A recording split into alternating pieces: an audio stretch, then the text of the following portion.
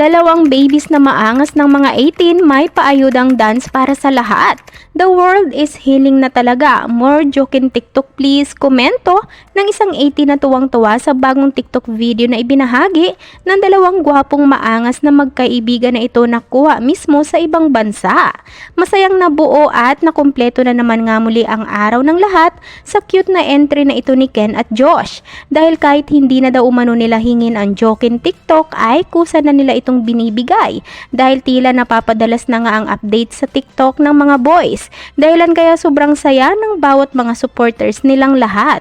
Sa video ng dalawa makikita ang simpleng galawan nila ngunit sa kabila nito ay talagang napakalakas pa rin ang dating at angas na hatid sa lahat ng manunood.